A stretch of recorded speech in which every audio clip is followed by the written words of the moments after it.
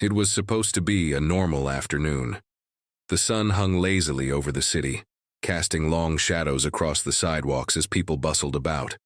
Mothers with strollers, students with backpacks, and office workers clutching iced coffees. The buzz of city life filled the air, blending with the sounds of honking cars, street musicians, and the occasional laughter from a sidewalk cafe. But for a man named Marcus, this ordinary day was about to spiral into something deeply disturbing, something that would leave people stunned, cameras rolling, and lives forever changed. Marcus had just gotten off a long shift. As a systems analyst, most of his days were quiet, spent behind screens and lines of code. Calm, composed, and respectful, he wasn't one to draw attention.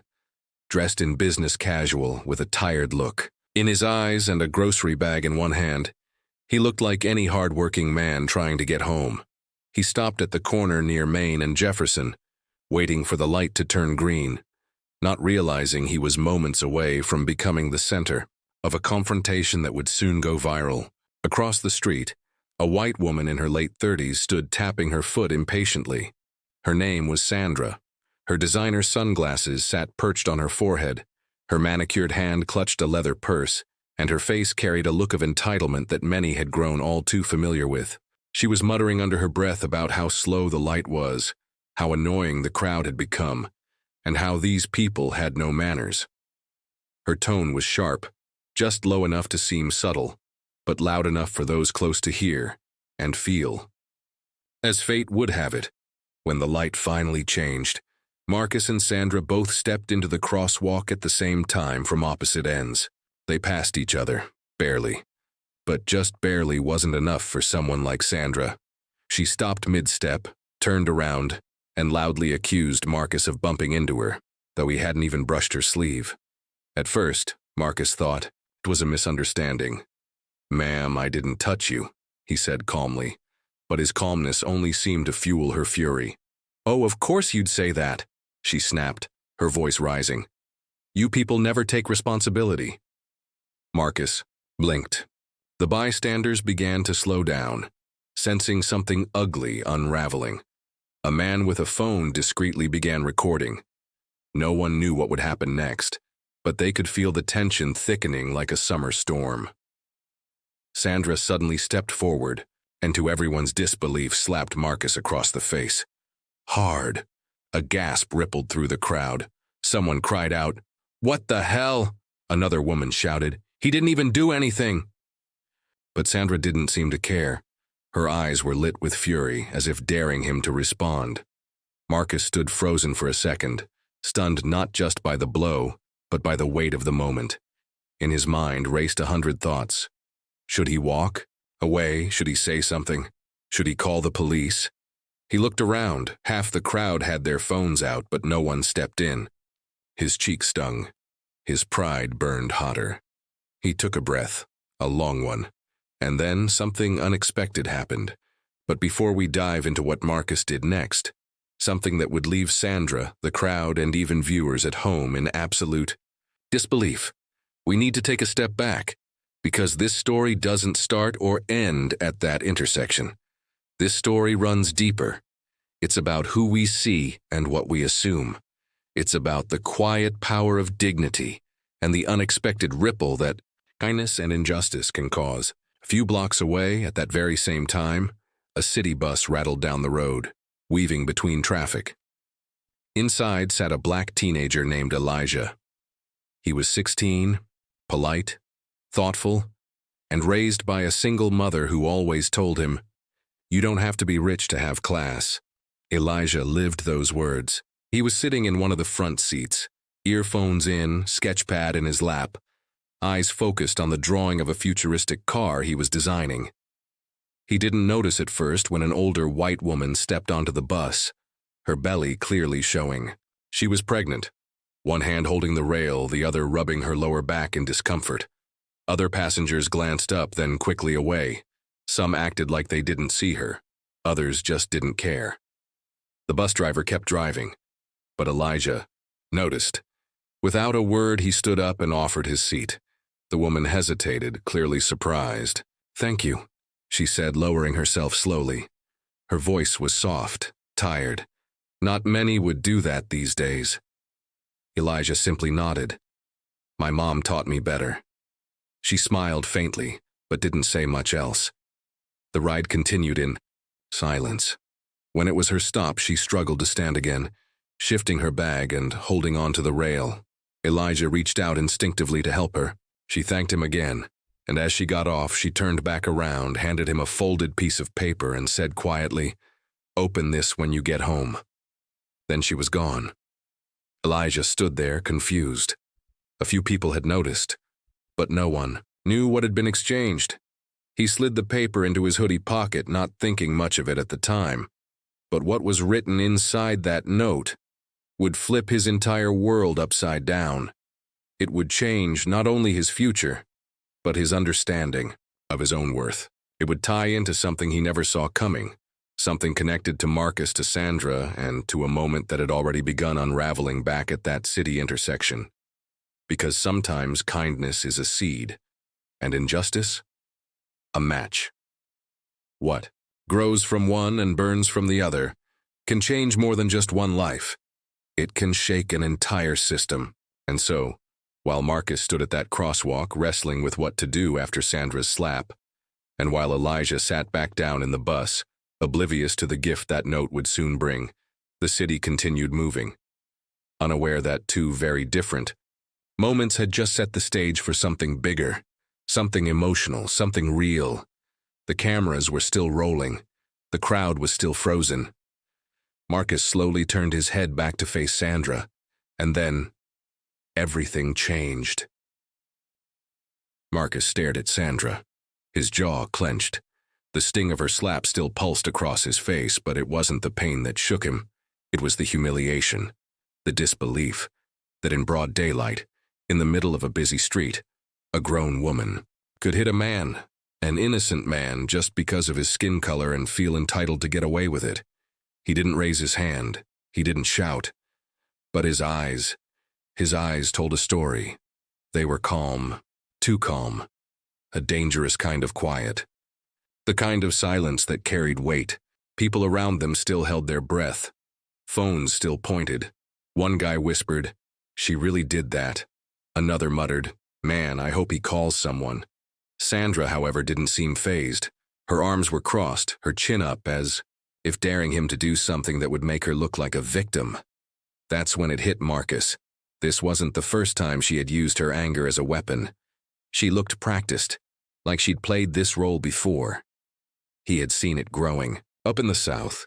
He had seen it in college classrooms, on sidewalks, in boardrooms. The look of someone who knew they had the privilege to start the fire, and then cry when the smoke came back to them. But Marcus wasn't going to give her the scene she was expecting. He took another breath. Then he reached into his pocket and pulled out his phone.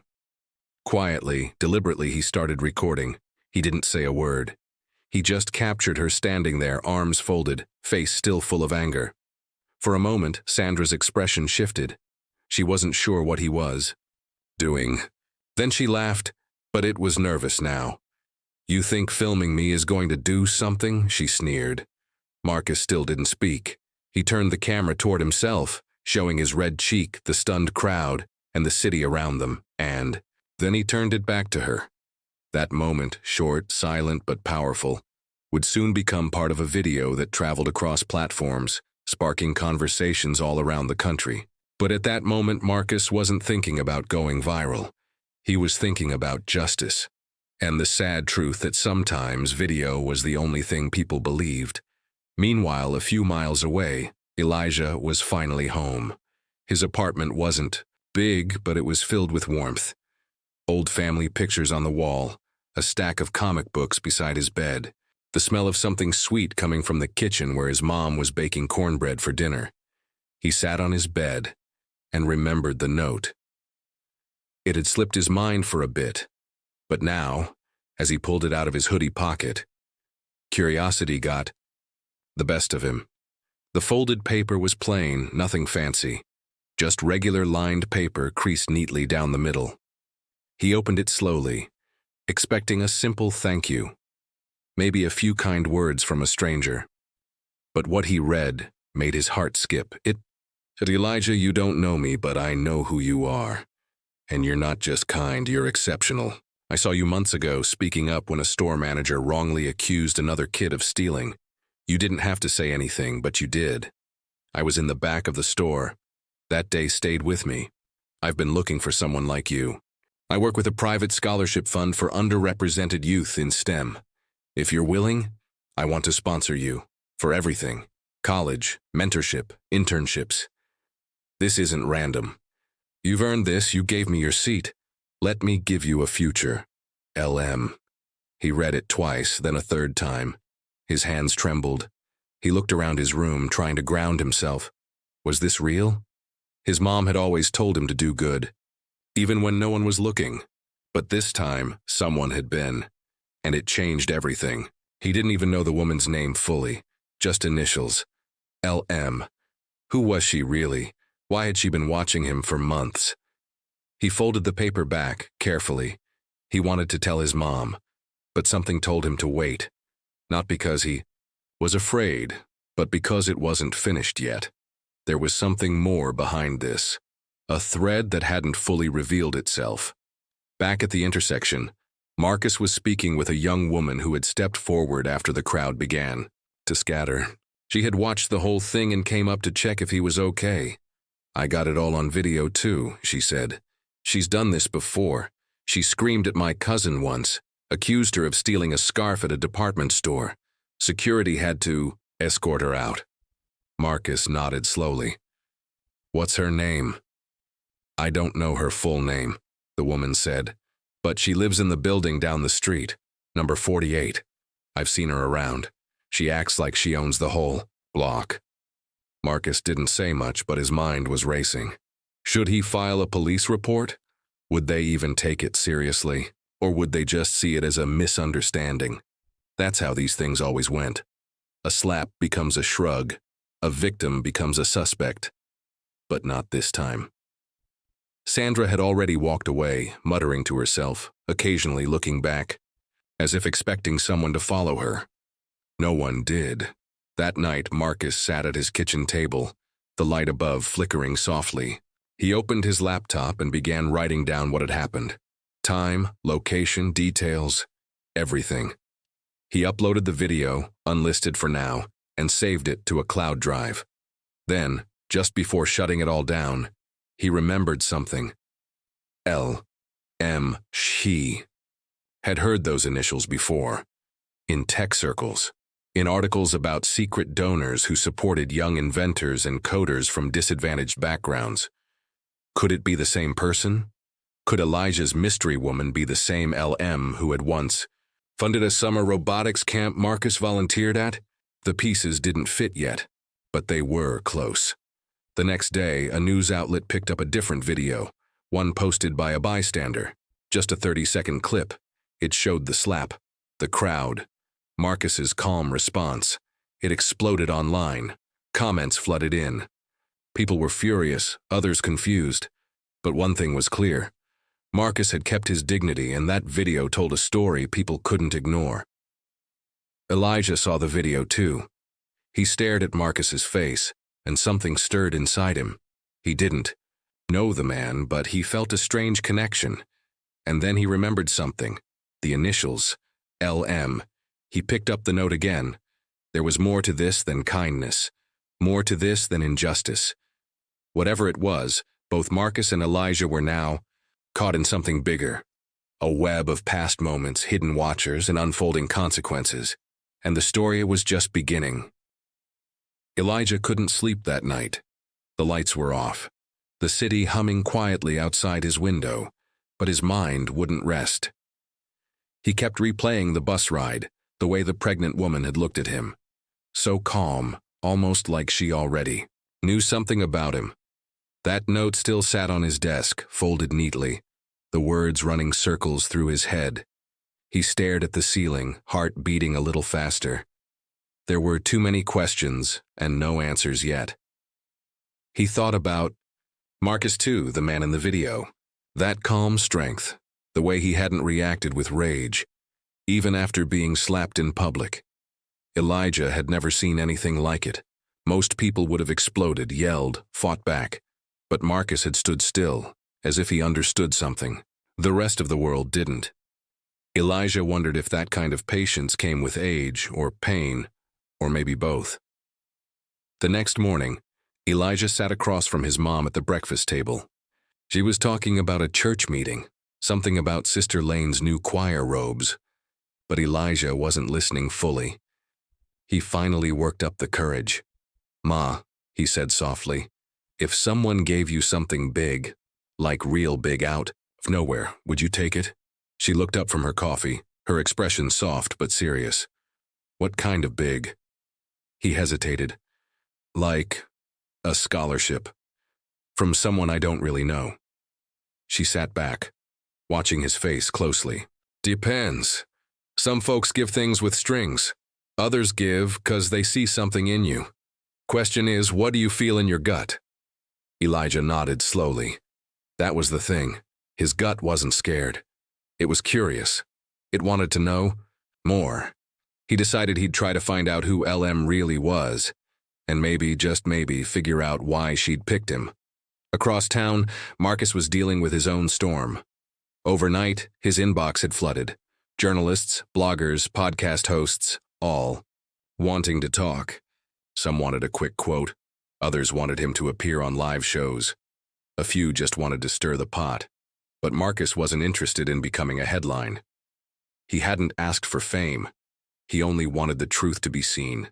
And maybe, just maybe, for people to stop acting like his pain was invisible. But one email caught his attention. It came from an unlisted address, no signature, just a short message. "You handled that with strength. There are bigger things ahead. Stay ready. LM." His fingers hovered over the keyboard. That name again, LM. Who was she or he? And how did they know so much about what had happened? The message was sent at 3:14 a.m., which meant someone had been watching closely, maybe even before the video went viral. He forwarded the email to a trusted friend, someone who worked in cybersecurity. "Can you trace where this came from?" he asked. His friend replied in minutes. "I can try, but this one's been masked. Whoever sent it knows what they're doing." Marcus leaned back, eyes narrowing. That was no random message. Meanwhile, Sandra sat in her high-rise apartment, nervously scrolling through her phone. She wasn't used to being on the other side of a scandal. Usually, when she yelled or accused someone, people backed down. But not this time. The video had gone everywhere. Some of her co-workers had already sent awkward texts. Her gym revoked her membership, and worst of all, the HOA board, where she had served for 5 years, asked her to step down until the matter calms down. She was furious, but beneath the anger was a different feeling, panic. Her name wasn't public yet, but it was only a matter of time. The internet was smart, and people were digging. She tried to call her lawyer, but he wasn't answering, and then she received a letter. Not an email, a hand-delivered envelope with no return address. Inside was a single photo of her standing at that intersection, hand mid-air just before striking Marcus. On the back, a single word was written in red ink. Watched. Her hands shook. Someone was following her, or watching her. And it wasn't just the internet mob. This was something else, something colder. Back in his apartment, Marcus sat with his neighbor, an older man named Mr. Ellis, who had been like a father figure since Marcus moved in. Mr. Ellis had served in the military and had a quiet wisdom about the world. "She wanted a reaction," Mr. Ellis said after watching the video. "That's the trap. Folks like her, they want to poke you, make you look like the threat." "I know," Marcus said, "but something feels off. It wasn't just her slap, it's what came after. The messages, the emails. This person, LM. They're connected somehow." Mr. Ellis nodded. "Maybe someone's pulling strings. Or maybe someone's finally pushing back. Either way, you better keep your eyes open." At school, Elijah couldn't focus. Every class blurred together. The note burned in his pocket like a secret. After the final bell, he slipped into the library and logged onto a computer. He started searching. Private scholarships LM. Anonymous donors STEM youth. Page after page came up, but nothing concrete. And then, buried deep in a forum post, he found something. A user had once mentioned being funded by someone with those same initials. The story was similar.